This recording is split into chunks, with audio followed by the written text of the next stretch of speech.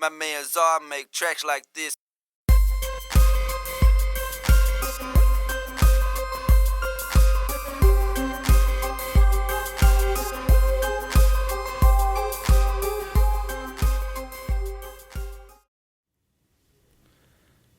What's going on, y'all? I want to show you what's in my lunchbox in 2019.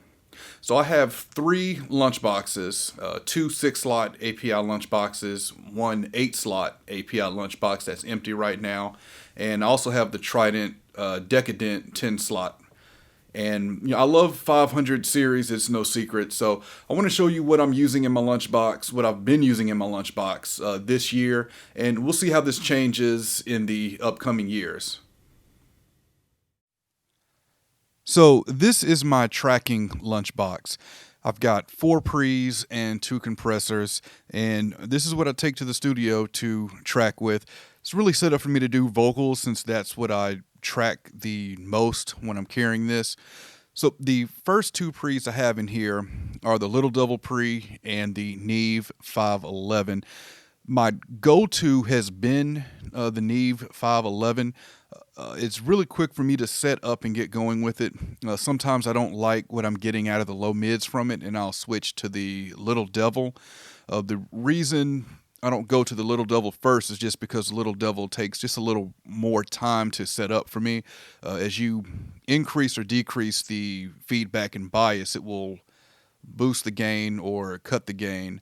And so if I'm fiddling with that, I've also got to use the output to match and get that back. So it just takes a little more setting up, but don't let that make you feel like I don't like it, because I absolutely love the Little Devil pre. So those are the 2 500 series pre's that I've been using the longest. Moving over to the next 2, the JDK V12 and the Inward Connections Brute. These are the 2 compressors that I use when tracking vocals. The JDK V12 I use on rap vocals, and the slower Opto Brute I use on singing vocals. And the last 2 pre's are the most recent pre's that I got both this year. It's the Heelby Mo 67 and the LaChapelle 500 DT. And I actually have a pair of the Mo 67s, and what I'm thinking of doing is taking my empty 8-slot lunchbox and putting these 6 pre's in that 8-slot, also putting my Mo 67 in there so I can have a pair, and I'll figure out what to do with that last 8th slot. But the Mo 67 has got a little bit of character to it, a nice open top end. I've been using that a lot on vocals lately. So this year I haven't been using the 511 as much since I've gotten the Mo 67. The LaChapelle really solved a need for me of having a really clean pre, and I also wanted a 2 pre as well. The 500 DT has a solid state and a tube side, and I can blend in between the 2. So it gives me 2 pre and a really clean solid state pre in 1 preamp. So that is my tracking lunchbox. So we'll see how this, and if it changes. I do feel like I want maybe a VCA or FET compressor to put in my tracking setup. Just something where I can control the attack and release. Both the JDK V12 and the Inwards Connection Brute are automatic attack and release. So I haven't felt like I needed that when I've been tracking, but I kind of feel like I want it. So NAMM is coming up in a few weeks, so we'll see what comes out. I do have my eye out for a new 500 series compressor. Let's take a look at my other lunchbox. So this is what I call my mix bus lunchbox. In this lunchbox, I've got all double slot units. I've got my Elysia X filter, the Smart C1LA, and the API 529. So I call this my mix bus lunchbox because the C1LA is hardwired into the Elysia X filter, and that's going back into the Peer 2. So for my analog summing, I'm coming out of my D box and I'm going into the Smart C1LA, from that into the Elysia X filter, back into my A to D converters.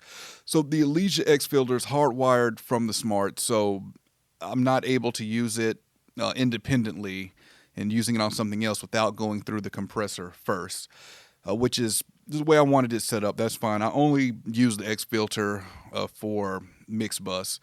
The Smart C1LA I've been using for my main mix bus compressor. Since I've gotten the Chameleon Labs 7721, I've been using the Chameleon Labs more. And what I think I'm going to do is bounce back and forth really between the 7721 and Smart C1LA if I'm working on more than one mix. I like that I've got two different options for mix bus compression. A lot of times if I'm working on a mix and I've got the mix bus compressor set for that song, I really don't like working on two mixes at the same time, but I feel more confident doing now that I have more than one bus compressor. The API 529 is just going straight into my Quantum 4848, and I've been using it on background vocals and drum bus. So it's not part of the mix bus chain. Since it is a stereo compressor, it does give me technically another option for a bus compressor, but as far as bus compressed duties, I prefer the C1 LA overall to the 529. So that's what I have in my lunchbox for 2019. 500 series pieces that I do have my eye on: the Elysia Impressor, the Serpent Audio Splice 2, which is their 500 series version of 1176. And I also have my eye on the Chandler Limited Opto Compressor. So we'll see if I pick up any of those next year. And again, we'll see what what I see at NAMM as well that might catch my eye. But that's in my lunchbox for 2019. We'll see how this changes maybe in 2020. Any questions, comments, let me know, and I'll catch y'all next time. I want to invite everyone to check out my new podcast, the Faders Up Podcast. It's a podcast about pro audio. I've got me and three other Nashville professionals. We're discussing pro audio topics, pro audio lifestyle. And it's available on Apple Podcasts and it's available on Spotify. So check it out, rate it, let me know what you think.